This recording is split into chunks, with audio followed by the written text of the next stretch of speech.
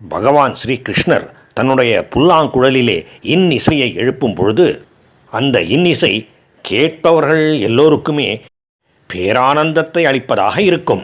அந்த இன்னிசையிலே பறவைகளும் மிருகங்களும் கூட மயங்கி சொக்கி போய் நிற்கும். அப்படி இருக்கும் பொழுது மனிதர்களை பற்றி சொல்ல வேண்டிய அவசியமே இல்லை. அதிலும் குறிப்பாக பகவான் ஸ்ரீ கிருஷ்ணரிடம் பேரன்பு கொண்டிருந்த கோபிகைகளை பற்றி சொல்ல வேண்டியதே இல்லை.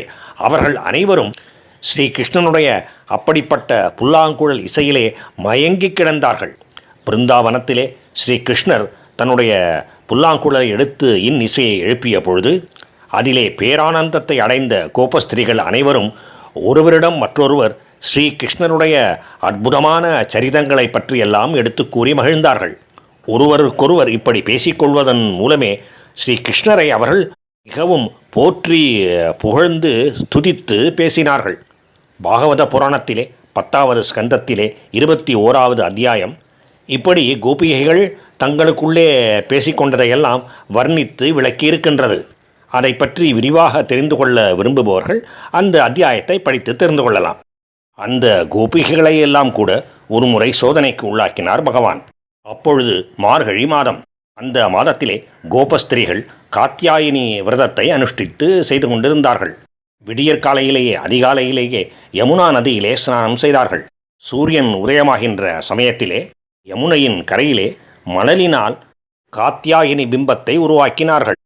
அந்த காத்யாயினியின் பிம்பத்துக்கு நல்லபடியாக அலங்காரம் செய்து பூஜித்து வழிபட்டார்கள். நந்தகோபருடைய புதல்வனாகிய ஸ்ரீ கிருஷ்ணனே எங்களுக்கு பர்த்தாவாக கணவனாக அமைய வேண்டும் என்றும் வேண்டிக் கொண்டார்கள்.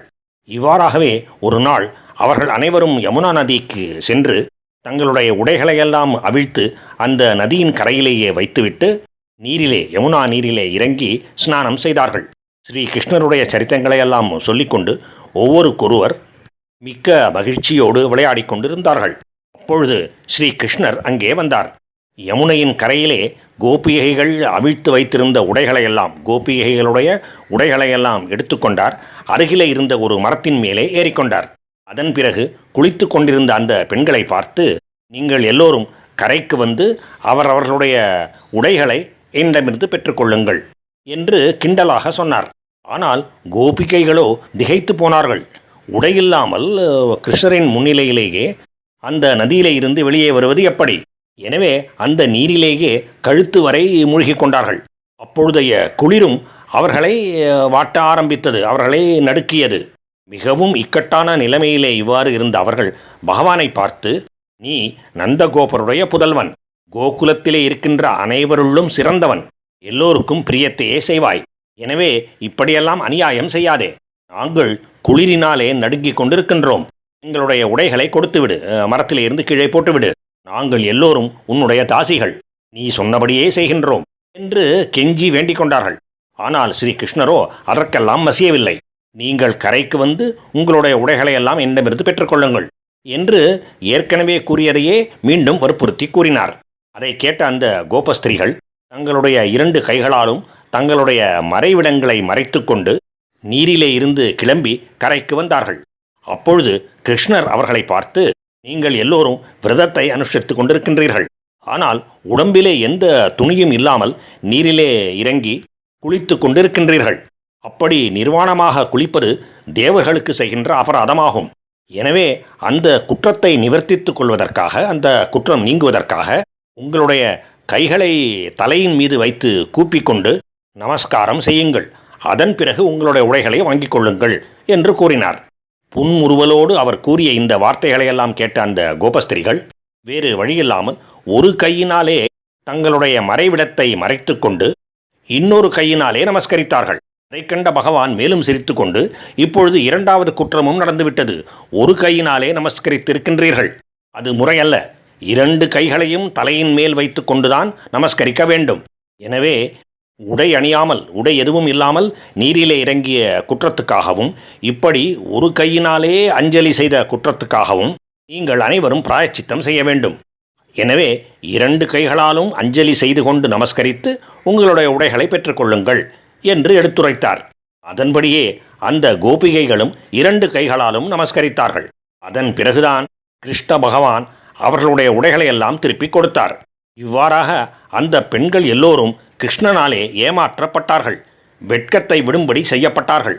இதனால்தான் இந்த நிகழ்வை பற்றி கூறுகின்ற சாஸ்திரங்களை நன்கு அறிந்த அறிஞர்கள் கோபிகைகள் முழு மனத்துடன் தங்களை முழுவதுமாக கிருஷ்ணனிடம் சமர்ப்பணம் செய்து கொண்டிருந்தார்கள், அவரையே சரணம் என்று அடைந்திருந்தார்கள்.